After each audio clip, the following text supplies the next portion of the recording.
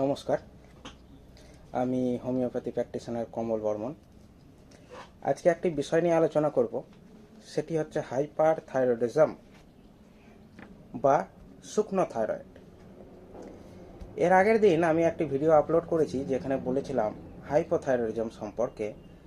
সেখানে বলেছিলাম যে আমাদের শরীরে যদি কোনো কারণে থাইরয়েড হরমোন কম পরিমাণে উৎপন্ন হয় তখন আমরা সেই সিচুয়েশনকে বলি হাইপোথাইরয়েডিজম। কিন্তু যখন আমাদের শরীরে থাইরয়েড হরমোন বেশি পরিমাণে উৎপন্ন হয় তখন আমরা একে হাইপার থাইরয়েডিজম বলি। হাইপোথাইরয়েডিজমের পুরোপুরি উল্টো হচ্ছে হাইপার থাইরয়েডিজম। কোন কোন লক্ষণগুলি থাকলে আমরা একবার হলেও ভাববো যে আমাদের হাইপার থাইরয়েডিজম হয়েছে কিনা?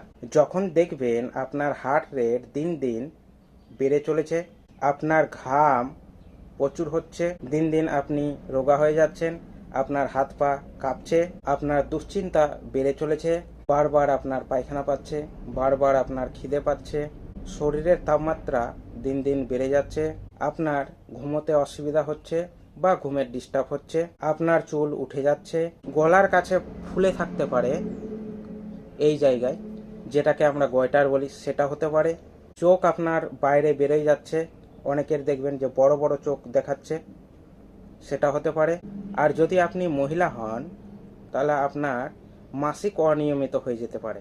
এই সব সিমটমগুলি সবার যে থাকবে তা কিন্তু নয়। এই সব সিমটমের মধ্যে এক দুটো সিমটমও দেখা দিতে পারে। হাইপার থাইরয়েডিজমের কারণ গ্রেভস রোগ বা গ্রেভস ডিজিজ। এটি একটি অটো ইমিউন ডিজিজ যা শরীরের রোগ প্রতিরোধ ক্ষমতা থাইরয়েড গ্রন্থিকে আক্রমণ করে এবং থাইরয়েড হরমোন উৎপাদনে বৃদ্ধি করে দেয়। থাইরয়েড গ্রন্থিতে যদি ছোট ছোট নিডুলস গঠন হয় সেক্ষেত্রেও কিন্তু থাইরয়েড হরমোন বেশি পরিমাণে উৎপন্ন হতে পারে। থাইরয়েড গ্রন্থিতে একটি নির্দিষ্ট স্থানে যদি ছোট একটি টিউমার হয়, যেটিকে আমরা টক্সিক এডিওমা বলি, সেটির কারণেও কিন্তু থাইরয়েড হরমোনের উৎপন্ন বেড়ে যায়। অতিরিক্ত আয়োডিন, আমরা খাবারের মধ্য দিয়ে আয়োডিন গ্রহণ করি, কিন্তু যখন এই আয়োডিনের পরিমাণ আমাদের শরীরে বেড়ে যায় সেক্ষেত্রেও কিন্তু আমাদের থাইরয়েড উৎপন্ন বৃদ্ধি হয়ে যায়। পিটিউটারি গ্রন্থির সমস্যা, যদি পিটিউটারি গ্রন্থি বেশি পরিমাণে টিএসএইচ বা থাইরয়েড স্টিমুলেটিং হরমোন বেশি পরিমাণে তৈরি করে তখন থাইরয়েড হরমোনের উৎপাদন আমাদের শরীরে বেড়ে যায়। কাদের এই সমস্যা হতে পারে? যদি আপনার পারিবারিক কোনো ইতিহাস থাকে সেক্ষেত্রে আপনার হাইপার থাইরয়েডিজম হওয়ার সম্ভাবনা থাকে।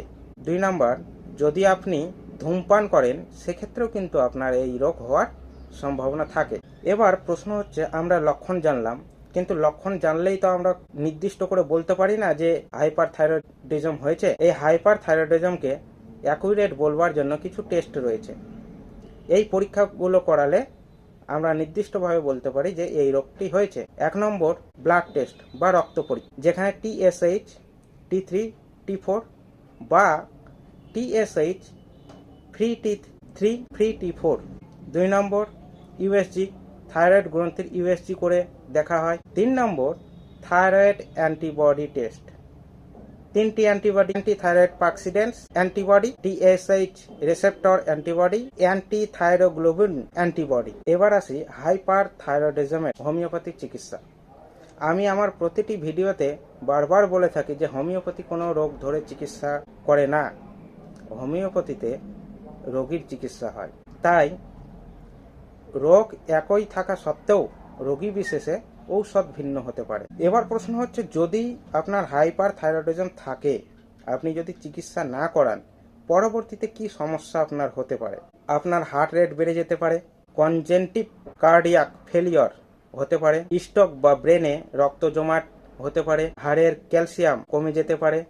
আপনি যদি মহিলা হন তাহলে বার্ধক্য বা বাচ্চা না হওয়ার সমস্যাও হতে পারে। তাই যখন দেখবেন আপনার এই হাইপার থাইরয়েডিজম হয়েছে তখন আপনার নিকটবর্তী ডক্টরবাবুর সাথে পরামর্শ করুন অথবা আমার সাথে যোগাযোগ করতে পারেন। ভালো থাকুন, সুস্থ থাকুন, ধন্যবাদ।